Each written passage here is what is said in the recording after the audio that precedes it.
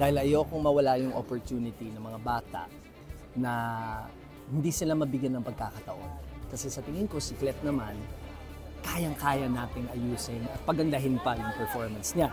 Katulad nga ng sinabi ko, ang hinahanap ko sa isang bata kasi, hindi ko yung hinahanap yung perfect, yung kaya nang maging the best of the best. Kasi sa tingin ko, for me, mahirap turuan yung batang alam na lahat. So gusto kong makahanap ng batang willing to learn and willing to be the best. Coming from the smallest position ever. Kasi maraming mga, alam mo yung hindi nabibigyan ng opportunity.